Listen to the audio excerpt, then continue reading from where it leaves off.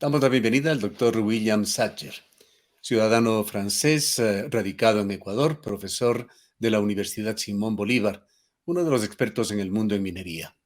Doctor Sacher, le damos la bienvenida. Acaba de terminar la COP26, este encuentro mundial de grandes potencias y de todos los pueblos, para trabajar con miras al futuro hacia evitar un mayor calentamiento global. Los resultados son de pronóstico reservado. Se llegaron a derramar lágrimas en el cierre de la COP26 por parte de sus organizadores. El anfitrión, Antonio Guterres, quien dirige el organismo de Naciones Unidas, señaló que algo se ha logrado, pero no lo suficiente. Greta Thunberg, la activista sueca, dijo que era una reunión solamente de bla, bla, bla, exteriorizando con esto su decepción. Comencemos por su opinión. ¿Qué se logró en la COP26? No había razones en realidad de esperar de esta COP mucho más de las ediciones anteriores. Ya son, creo que era la número 26. Y desde 26 COP, es decir, más de 25 años, vamos con una sucesión de reuniones, de decisiones, de incluso acuerdos, pero a la misma vez lo que se puede observar en términos de emisiones de gases de efecto invernadero, seguimos en la misma senda, tal vez salvo esta pequeña interrupción que vivimos el año pasado con el brote del COVID. Pero aparte de eso, seguimos con las mismas tasas de aumento de las emisiones de dióxido de carbono. Claro, uno puede abogar que eso viene de países como China o la India, que son países que se están aún industrializando, están en un proceso de industrialización. Pero claro, los intereses son muy fuertes y en particular estas reuniones, me atrevería a decir, más se trata de reuniones para adecuarse con intereses representados, con transnacionales de numerosos sectores, empezando por el sector de los combustibles fósiles, por supuesto, pero también sectores de los agronegocios, por ejemplo, de la forestería y todo. Y por supuesto, un conjunto de sectores que están asociados a las famosas tecnologías verdes, todo este nuevo mundo, esta transición energética que se está prometiendo, pero que, como vamos a poder tal vez conversar con el tema de hoy, no van a significar una reducción de los impactos ambientales y de las destrucciones de los ecosistemas. Eso es lo que muy brevemente puedo sacar y hallar como saldo de lo que se ha podido conversar. Luego puede haber algunas decisiones, algunos acuerdos que se pueden entender como unos pasos, entre comillas, adelante. Pero en términos generales, a mi parecer, no hay mucho que esperar por las COP, por la forma con la cual ha sido diseñado esta institución multilateral e internacional. En un acercamiento de la COP26 a la localidad, a Ecuador, ¿cómo entender aquellas contradicciones conceptuales, ideológicas de Ecuador?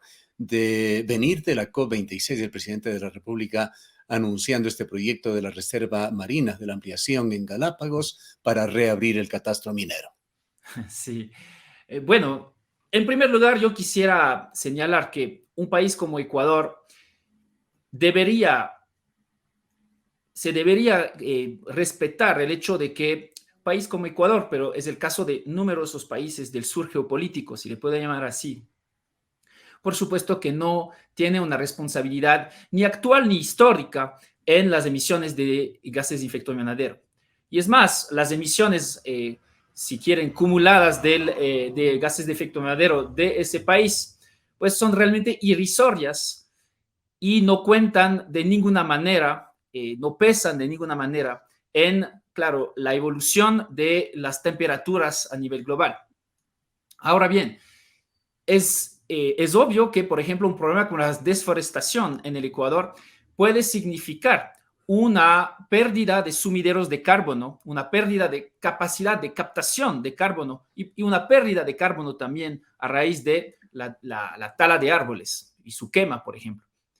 Pero yo creo que Ecuador debería entablar políticas ambientales desvinculadas, descorreladas en gran medida de los objetivos que se están diseñando en las COPs, porque realmente no hay ningún tipo de consecuencias en términos de cambio climático, pues si es que Ecuador reduce o no reduce sus emisiones. Entonces, realmente yo creo que hay que pensar en términos de políticas ambientales a raíz de la destrucción de los ecosistemas que se están dando aquí en el país, a raíz del tipo de mercantilización de la naturaleza al cual puede dar paso una sumatoria de procesos en los cuales capitales nacionales y transnacionales están intentando acapararse cada vez más de, digamos, la riqueza natural que existe en el Ecuador. Yo creo Y a que los ecuatorianos nos preocupa el deterioro medioambiental que vendría con el desarrollo de estos planes y proyectos. El presidente Lasso ha presentado planes claramente extractivistas que vulnerarían derechos individuales, colectivos, de la naturaleza. El gobierno nacional ha emitido por lo menos 2 decretos, el 95 sobre política petrolera, el 151 sobre política minera. Cuando se habla en el tema de minería sobre estos temas, insiste el presidente, los miembros de su gobierno, en que se aplicará una minería responsable en el país. ¿Es esto posible? Sí, bueno, en vínculo con lo que se mencionó anteriormente, por supuesto, la explotación de minerales, la minería a gran escala, está, está llamada a jugar un papel muy importante en esa transición desde una economía basada que se alimenta de la combustión del petróleo y todos los combustibles fósiles a una economía basada en otras fuentes de energía. Por supuesto que la adecuación de sistemas de movilidad, la adecuación de sistemas de generación de matrices energéticas a nivel global, eso implicaría un incremento bastante marcado en términos de consumo de una sumatoria de metales convencionales, como puede ser el níquel, el cobre, por ejemplo, y metales no convencionales, como puede ser el litio, por ejemplo, que es un caso muy conocido, pero hay una sumatoria de otros. Todo ello, pues, se está anunciando una ofensiva por sobre territorios como los territorios de nuestra región, pero no es solo nuestra región, también un continente como África, como Asia del Sureste, todas estas regiones, digamos, históricamente marginalizadas, históricamente explotadas, van a seguir siendo los proveedores de materias primas y en esta senda de la transición ecológica / energética, estos países están llamados a contribuir más aún y a proveer, pues, de materias primas para la elaboración y la construcción de estas nuevas formas de nuevas tecnologías, nuevas movilidades y nuevas matrices energéticas. Pues en ese sentido, Como es una de muy... las, diríamos, aristas de estas políticas para disminuir y eventualmente evitar el calentamiento global en las previsiones que se Sí, tienen, es lo que quería mencionar. Claro, está el tema de la electrificación de los vehículos motorizados. Y claro, allí claro. está como base el uso de lo que justamente ha mencionado usted, el uso del litio, el uso del cobalto. Acaba, y yendo al tema también paralelo de la minería responsable, de publicar el New York Times el pasado domingo un estremecedor reportaje. El titular del mismo es Una lucha de poder por el cobalto agita la revolución de la energía limpia. Y habla allí de temas de explotación, deterioro de la naturaleza, codicia, habilidad para el juego, incluso entre las grandes potencias.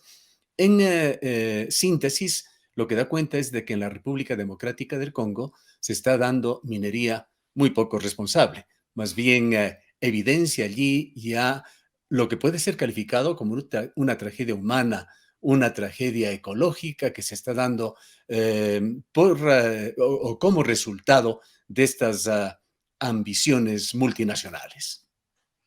Me llama la atención, querido Gustavo, que siempre se esté poniendo el foco por sobre actividades artesanales, actividades a muy pequeña escala, que no, sin lugar a duda, implican una gran cantidad de problemáticas en términos sociales, ambientales, políticas y económicas. Sin embargo, por supuesto que la magnitud de los megaproyectos mineros que, por ejemplo, se quieren implementar en el caso del Ecuador para contribuir precisamente a alimentar esa transición energética, en particular con el cobre, que es uno de los metales cuya demanda va a aumentar de manera significativa en el futuro, pues me llama la atención que no se hable de la documentación muy amplia que existe a nivel global acerca de los impactos de esta minería grande sobre los territorios, los ecosistemas, las comunidades, la calidad del agua, sobre la producción alimenticia, los impactos en términos sociales, psicosociales, económicos, políticos, todo ello sumamente nefastos. Y en periódico como New York Times, pues se esté privilegiando hablar de una explotación que sigue siendo artesanal por un conjunto de razones que no podemos analizar aquí por falta de tiempo, pero no se está hablando de las minas industriales, las grandes minas que están proveyendo lo esencial de las materias que pues componen todos nuestros artefactos tecnológicos. Entonces, en ese sentido, creo que en el Ecuador no estamos exentos de estas lógicas que consisten en poner el foco, marginalizar, ostracizar los actores nacionales, incluso informales, y no se está hablando pues de todo lo que acompaña y nuevamente realmente hay una documentación que muestra que es trágico en muchos casos los impactos de la minería grande. La minería grande que yo prefiero llamar la mega minería para distinguirle de esta pequeña actividad que hasta la fecha hemos conocido en el Ecuador. Acercándonos nuevamente a nuestro país y a las situaciones de la vecindad, hablemos del Cantón Cuenca. En el periodo pasado, gobiernos de Rafael Correa, de Lenín Moreno, se llegaron a adjudicar o a concesionar 70.000 hectáreas del Cantón Cuenca, no de la provincia de Azuay, del Cantón Cuenca exclusivamente. En el Azuay es mucho más. De esto a través de la presión de organizaciones ciudadanas antimineras, se pudo reducir a 45.000 hectáreas, pero siguen amenazadas bosques de montaña, siguen amenazados los páramos en la localidad. Quisiéramos su visión sobre lo que está sucediendo en Ecuador y esta reactivación, esta catalización que va a recibir la minería por parte del gobierno con la apertura del catastro minero y con los decretos que habíamos mencionado. Claro, es la profundización de el modelo primario exportador, la economía primario exportadora, la senda en la cual está encaminada un país como el Ecuador, encaminado un país como el Ecuador desde el inicio casi de su historia económica. No, en ese sentido, no estamos repitiendo, estamos replicando una vez más los errores del pasado, pero en este caso quisiera señalar que vamos a implementar decenas de megaproyectos mineros a lo largo y ancho del país, concentrados sobre todo en las partes altas de las cuencas hidrográficas, con todos los problemas que eso podría conllevar en términos de contaminación de las aguas y luego pues las consecuencias para las poblaciones aguas abajo y las economías. A mi parecer, el Ecuador no es un país para nada indicado para ese tipo de actividad. Es un país mega biodiverso, es un país sísmico, es un país altamente pluvioso y además es bastante evidente que no contamos ni con las capacidades institucionales ni humanas para poder controlar esta actividad altamente contaminante. A mí me parece que ahí el Ecuador tiene mucho más que ofrecer y estamos en este momento en un giro y claro, si es que se toma la senda de la explotación minera a gran escala, pues el Ecuador se condena a décadas de esa actividad con sus respectivas destrucciones que no se van a manifestar solamente inmediatamente y no solamente durante décadas, sino siglos e incluso milenarios. Usted conoce, doctor Sacher, Cuenca y la región que la circunda. ¿Es posible concebir minería responsable en Quimsacocha? El tema es que la minería de oro industrial ha demostrado de manera empírica alrededor del mundo que conduce a grandes problemas en términos ambientales, sociales, políticos y económicos. Entonces, podemos siempre razonar en lo absoluto de la capacidad de implementar sistemas altamente tecnológicos en una zona de páramo, por ejemplo, para poder, si quieren, controlar la contaminación que se está provocando. Pero por supuesto eso no se va a dar si así existiera. ¿Por qué? Porque estamos en un contexto que es el Ecuador, en el cual nuevamente no hay una capacidad institucional para monitorear y fiscalizar las explotaciones. Y yo me atrevería a decir que es realmente problemático que se esté implementando, en el caso, por ejemplo, del proyecto Loma Larga, una mina en estas partes altas de las cuencas hidrográficas de las cordilleras. Y en este caso, incluso en una zona de páramo, que son zonas muy específicas que tienen unos intereses en términos biológicos, de biodiversidad, unos intereses en términos hidrológicos, controlan y sirven de regulación para los flujos de agua en términos hidrológicos. Entonces, ahí tenemos grandes problemas. Nos muestra nuevamente, empíricamente, la documentación a nivel internacional, en particular en nuestra región, que estos tipos de minas sistemáticamente conduce a una sumatoria de problemas ambientales, sociales y todo lo demás, pues muy profundos. Y en ese sentido, yo creo que los cuencanos y las cuencanas deberían preocuparse desde ya y de manera muy urgente por ese tipo de actividad que se esté instalando arriba ahí en las partes altas que circundean la ciudad y que están básicamente instalando una espada de Damocles, no solamente para los cuencanos y las cuencanas de hoy, sino para las generaciones futuras. ¿Qué lectura le dejó, doctor Sacher, el evento internacional de la semana pasada, organizado por el Gobierno Nacional Ecuador Open for Business? Pues hay una señal clara por parte del gobierno ecuatoriano de que se está haciendo una reingeniería, se está readecuando las condiciones para que inversionistas mineros transnacionales puedan seguir con sus campañas de exploración minera, sus trabajos de acaparamientos de tierra para facilitar pues estas inversiones multimillonarias que son necesarias para el desarrollo de esta actividad industrial que es la megaminería a gran escala.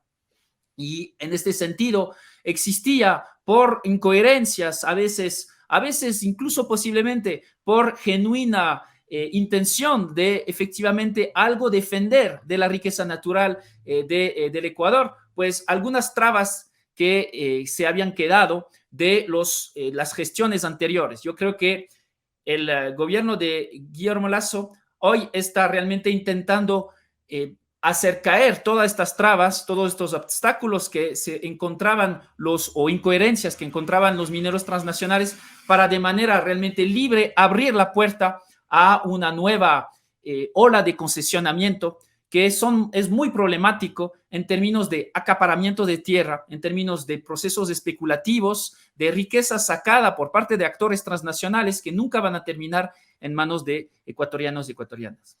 Finalmente, doctor Sacher, ¿qué papel le tocaría jugar a los ciudadanos, a las autoridades de los gobiernos locales, a los medios de comunicación, a la academia? Yo creo que, como usted ha mencionado anteriormente, en el caso específico de Cuenca se ha demostrado que la movilización, que la organización social, que los diferentes tipos de acciones, sean estas, pues la manifestación en las calles, expresando pues su opinión, por supuesto el papel de los medios de comunicación, de la academia para producir investigación crítica. Todo ello ha conllevado una configuración, una correlación de fuerza que ha permitido hasta la fecha pues ponerle freno a esta actividad minera. En el caso particular de Cuenca me parece realmente ilustrativo a escala del Ecuador, porque sin este tipo de actividad, sin, digamos, la conciencia y la capacidad de movilización de la población, pues ya estaríamos, en el caso de Cuenca, con la mina de Loma Larga funcionando probablemente. Entonces, aquí tenemos, claro, una necesidad por parte de las autoridades, por parte de los medios, como usted dice, por parte de los académicos y la ciudadanía en general, a exigir que se halle un debate nacional acerca de la pertinencia de encaminar el Ecuador en la senda de la megaminería. ¿Por qué? Porque tenemos con ese camino, es un camino sin retorno. Estamos encaminándonos hacia una destrucción a gran escala y pues generalizada a nivel del país, con consecuencias sumamente graves para las generaciones futuras y mucho más graves que cualquier tipo de impacto del cambio climático sobre el país. Estamos hablando de territorios destruidos, de zonas de muerte asociadas a las explotaciones en funcionamiento y que pronto serán abandonadas, con botaderos inmensos llenos de metales pesados que se van a dejar como legado, como herencia muy problemática para las generaciones futuras y que obviamente conllevaría a problemáticas sumamente graves en términos de salud pública y de destrucción de los ecosistemas que son tan biodiversos, tan ricos y que aún hasta la fecha no han sido bien documentados en el Ecuador. Gracias, doctor Sacher, por habernos atendido. Muchas gracias a usted, Gustavo, y hasta la próxima. Declaraciones de William Sacher, PhD, académico francés, experto en minería, docente de la Universidad Simón Bolívar.